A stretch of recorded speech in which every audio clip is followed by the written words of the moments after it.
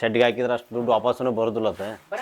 ಬರಲ್ಲ ದುಡ್ಡಿಗೆ ಈ ಶೆಡ್ಗೆ ಹಾಕಿದ್ರೆ ಎಲ್ಲ ವೇಸ್ಟ್ ಸರ್ ದುಡ್ಡು. ಪ್ರೊಡಕ್ಟ್ ಸಿಸ್ಟಮ್ ಅಂದ್ರೆ ಒಟ್ಟ ಆಕಳ ಕಟ್ಟಂಗಿಲ್ಲ ಸರ್, ಓಪನ್ ಗ್ರೀಜಿಂಗ್ ಮಾಡೋದು.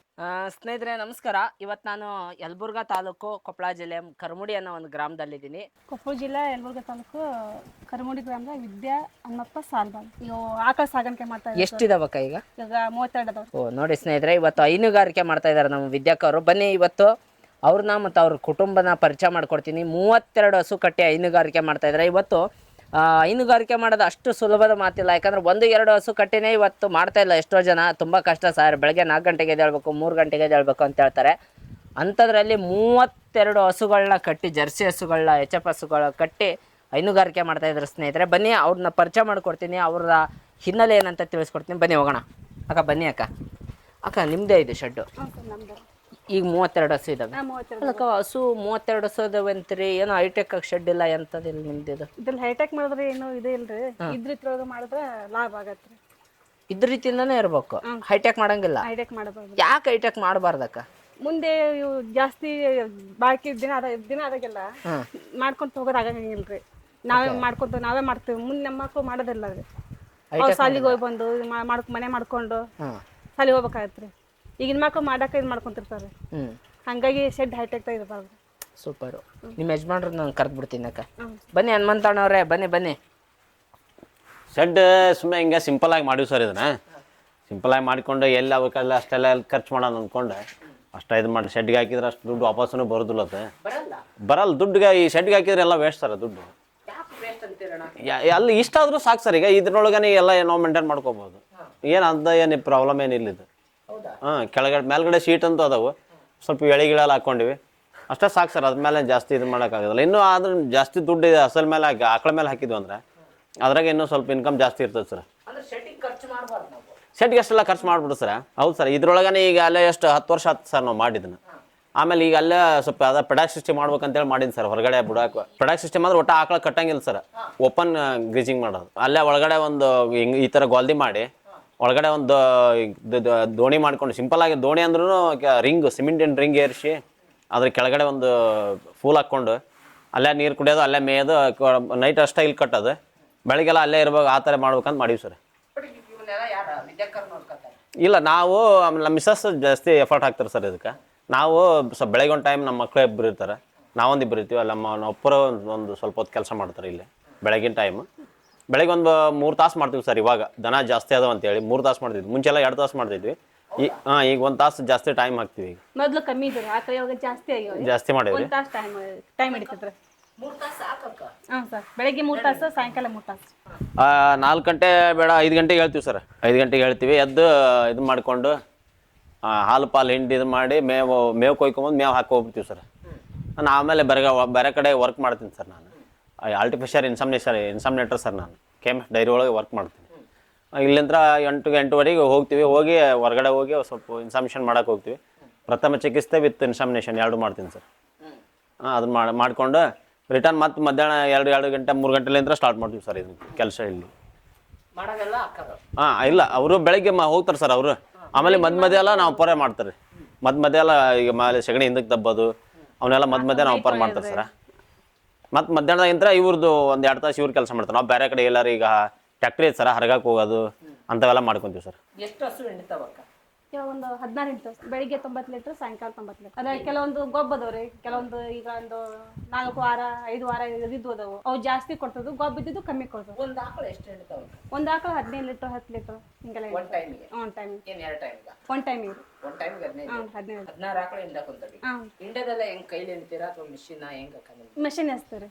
ಮಿಷಿನ್ ಹ್ಞೂ. ಕರೆಂಟ್ ಇಲ್ದಾಗ ಕೈಲಿ ಹಿಡಿತೇವೆ, ಕರೆಂಟ್ ಇದ್ದಾಗ ಮಷಿನ್ ಹಚ್ತಾರೆ. ಹ್ಞೂ ಸರ್. ಕೈಲಿ ಹಿಂಡೋದು. ಕರೆಂಟ್ ಇಲ್ದ ಟೈಮ್ನಾಗ ಕೈಲಿ ಹಿಡಿತೇವೆ ರೀ. ಕೈಲಿ ಹಿಂಡೋದು ಬೆಸ್ಟ್ ಅಥವಾ ಮಿಷಿನಿಂದ ಹಿಂಡೋದು ಬೆಸ್ಟ್? ಮಿಷಿನ್ ಇಲ್ಲಾರ ಈಜಿ ಆಗತ್ತೆ ರೀ, ಆದ್ರೆ ಸ್ವಲ್ಪ ಕೆಲಸ ಜಾಸ್ತಿ ಆಗತ್ತೆ ರೀ.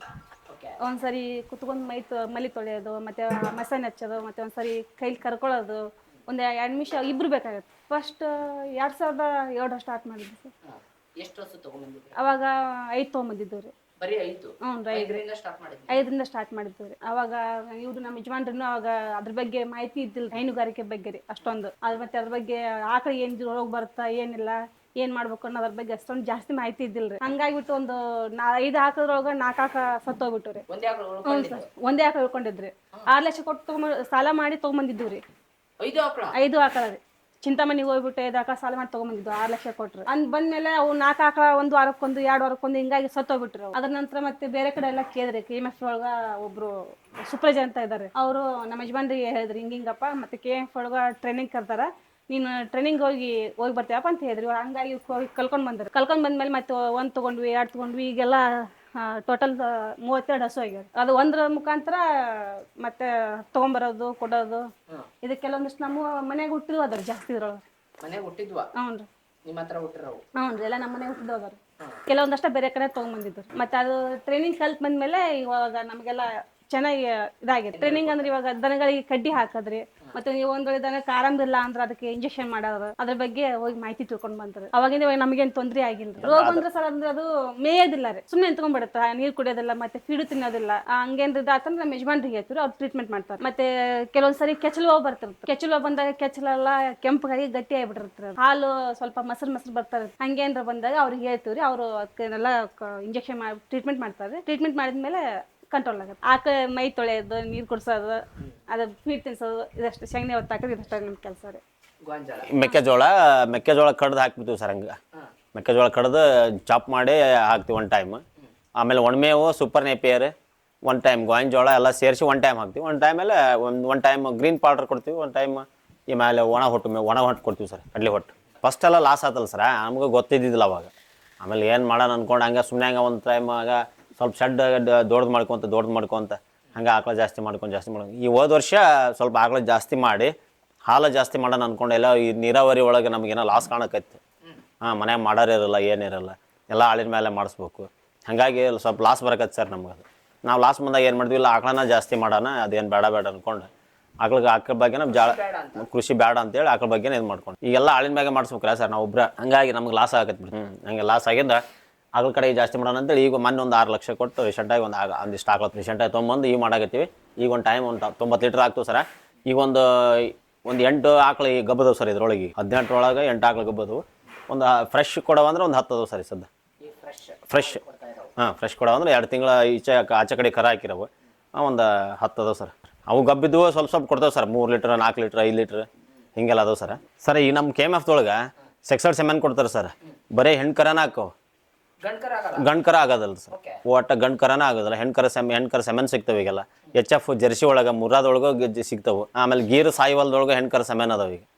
ಹೌದು ಸರ್, ಗೀರು ಸಾಯಿವಾಲ್ದೊಳಗೆ ಹೆಣ್ಣು ಕರ ಸೆಮೆನ್ ಅದಾವೆ. ನಾವೆಲ್ಲ ಹೆಣ್ಣು ಕರ ಸೆಮೆನ್ ಹಾಕೊಳ್ಳೋದು ಅಂದ್ರೆ ನಮಗೆ ನಾವು ಟ್ರೈನಿಂಗ್ ಮಾಡಿದ್ಮೇಲೆ ಆ ಥರ ನಾಲೆಜ್ ಬೆಳೆದು ನಮ್ಗೆ.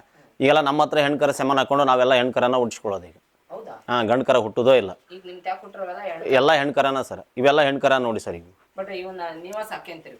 ಹೌದು ಸರ್, ನಾವೇ ಸಾಕೊಂತೀವಿ.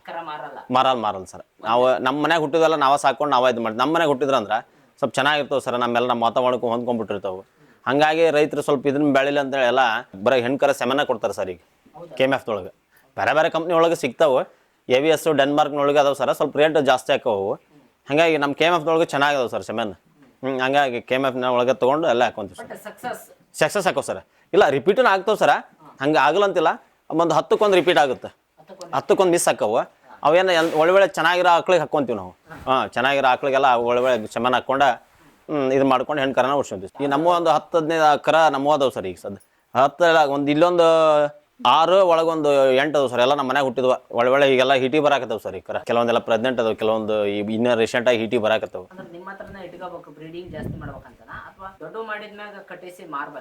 ಇಲ್ಲ ಸರ್, ಅದು ಜಾಸ್ತಿ ನಮ್ಮ ಮನ್ಯಾಗ ಹುಟ್ಟಿದ್ರೆ ಏನಂತ ಈ ಹೆಣ್ಣು ಕರ ಸೆಮೆನ್ ಹಾಕೊಂತೀವಲ್ಲ ನಾವು, ಹಾಲು ನೀಡಿಂಗ್ ಜಾಸ್ತಿ ಇರ್ತೈತಿ. ಹೌದು, ಅದ್ರ ತಾಯಿ ಈಗ 10 ಲೀಟರ್ ಕೊಡುತ್ತೆ ಅಂದ್ರೆ ಅದು 15 ಲೀಟರ್ ಕ್ರಾಸ್ ಮಾಡೋದು. ಚೊಚ್ಚಲು ಮಾಡ್ಕನ 15 ಲೀಟರ್ ಕ್ರಾಸ್ ಮಾಡೋಷ್ಟು ಇದು ಬ್ರೀಡ್ ಇರುತ್ತೆ ಸರ್ ಅದು. ಹೌದು ಸರ್. ಇಲ್ಲಿ ನಮ್ಮ ಮನ್ಯಾಗ ಹುಟ್ಟುತ್ತಲ್ಲ ಅದು ಚೆನ್ನಾಗಿ ನಾವು ಮೇಂಟೈನ್ ಮಾಡಿದ್ವಿ ಅಂದ್ರೆ ಅದು 15 ಲೀಟರ್ ಕ್ರಾಸ್ ಮಾಡುತ್ತೆ ಫಸ್ಟ್ನೇ ಪಟ್ಟಿನ. ಹಂಗೆ ಮೇಂಟೈನ್ ಮಾಡಿದ್ರೆ ಆ ಥರ ಕೊಡುತ್ತೆ ಸರ್. ನಾವು ಅದೇ ಥರ ಮೇಂಟೈನ್ ಮಾಡ್ಕೊಂಡಿವಿ. ಈಗ ಒಳ್ಳೆ ಕರ ಹುಟ್ಟಿಸ್ಕೊಂಡು ಒಳ್ಳೆ ಚೆನ್ನಾಗಿರೋ ಇದು ಮಾಡ್ಕೊಂಡಿಂದ ಹಂಗೆ